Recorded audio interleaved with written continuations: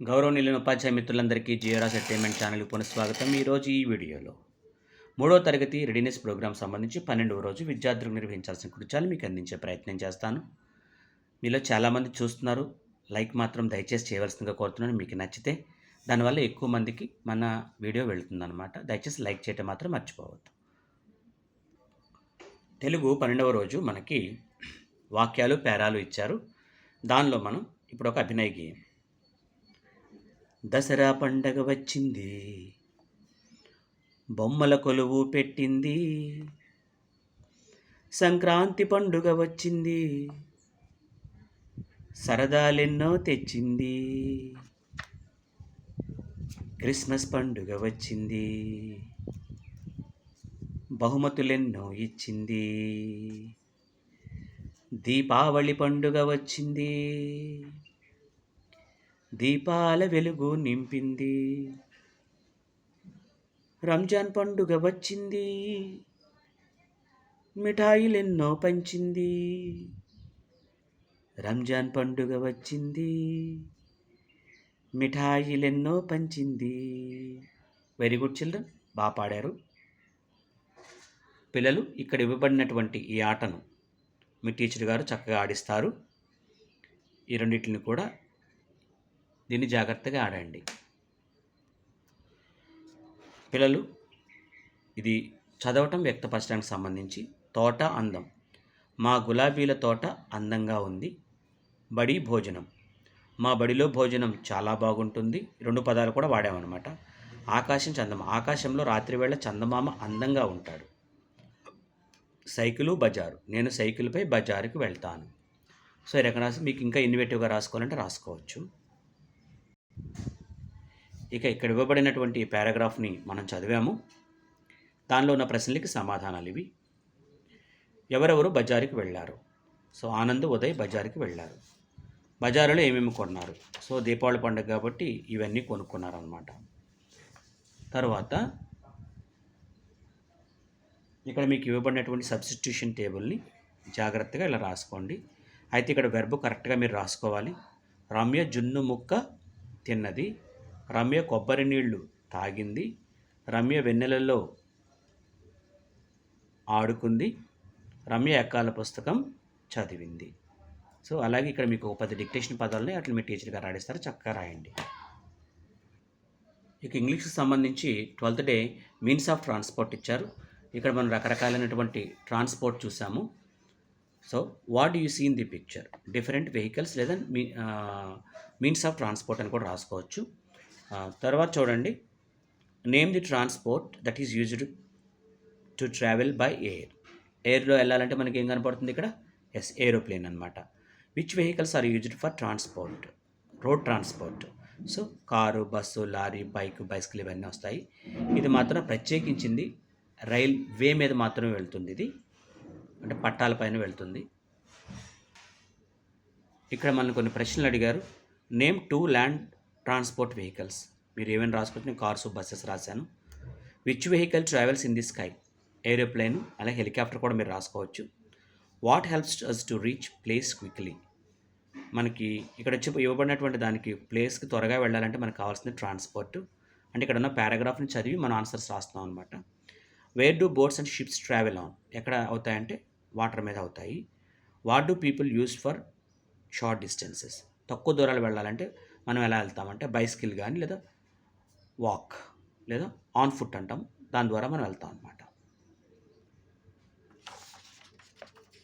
ఇక మనకి ఇంగ్లీష్కి సంబంధించి మ్యాచింగ్ ఇచ్చారు. ఇక ప్రాక్టీస్ షీట్లో స్టూడెంట్ యాక్టివిటీలో. సో మనం ఇలా మ్యాచింగ్ చేసుకోవాలి. This is aeroplane, this is bus, this is cycle, this boat, car, train. తర్వాత మనకి ఇక్కడ కొన్ని ప్రశ్నలు. 1 who rides A bicycle is called? Cyclist అంటాము. సైకిల్ నడిపే అతన్ని సైక్లిస్ట్ అంటాము.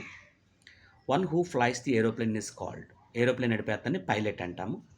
1 who rides A bike is called? Biker అంటాము. బైక్ నడిపే అతన్ని బైకర్ అంటాము. 1 who drives A bus is called? Bus నడిపే అతన్ని డ్రైవర్ అంటాము. 1 who sails the ship is called? షిప్ని నడిపే అతన్ని క్యాప్టెన్ అంటాము.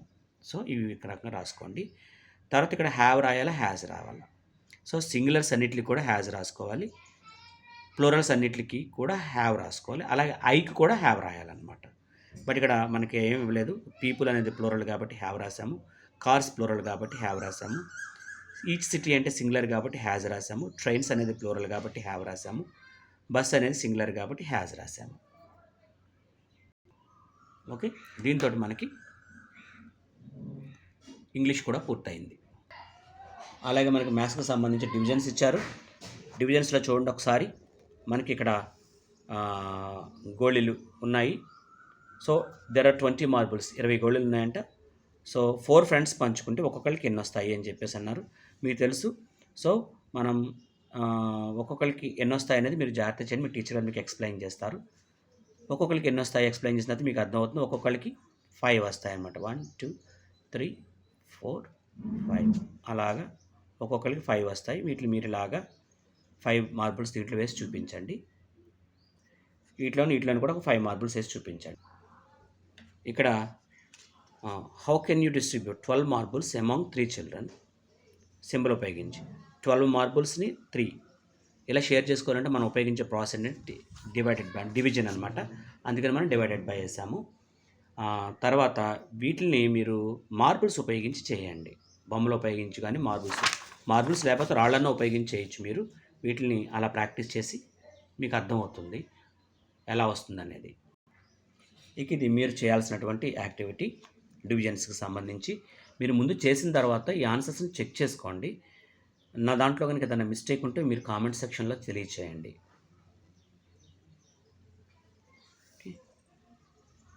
దీని తర్వాత మనకి వర్డ్ సమ్స్ ఎలా రాయాలి అనే దాన్ని ఇక్కడ మనకు లెక్కిచ్చారు. సో 18 బాల్స్ ఉన్నాయట, 2 గ్రూపులకు పంచాలట. కాబట్టి 18 బాల్స్ పైన వేసాము, 2 గ్రూపులు కాబట్టి దానికి రాసేటువంటి మ్యాథమెటికల్ ఈక్వేషన్ ఇలా రాస్తాం అనమాట. మనకి ఒక్కొక్క గ్రూప్కి ఎన్ని వస్తాయంటే 9 వస్తాయి. సేమ్ ఇక్కడ మనకి ఒక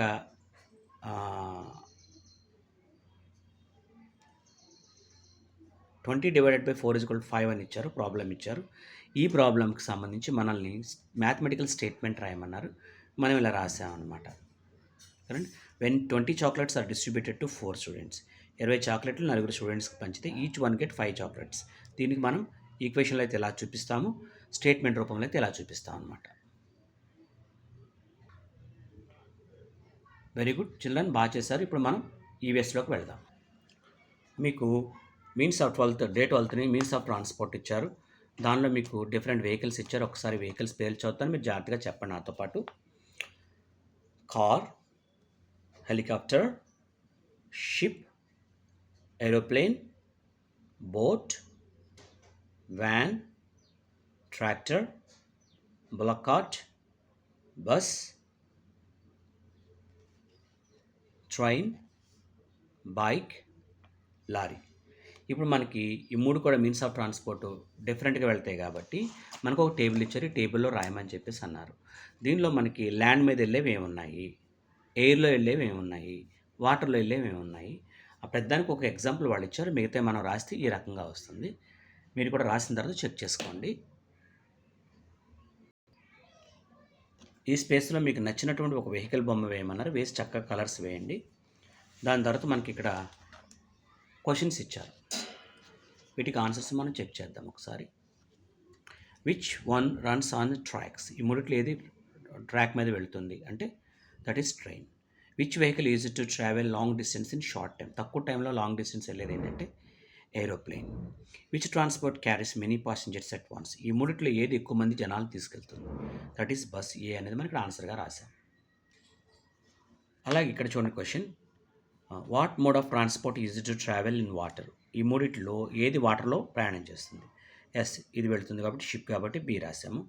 విచ్ ట్రాన్స్పోర్ట్ హ్యాస్ 2 వీల్స్, ఇక్కడ ఉన్న వాటిలో 2 వీల్స్ ఉన్నది దేనికి, ఎస్ బైక్ ఉంది కాబట్టి ఏ అనే ఆన్సర్ రాసాము అనమాట. సో ఇక్కడ చూడండి, describe the vehicles using the clues given below in the box.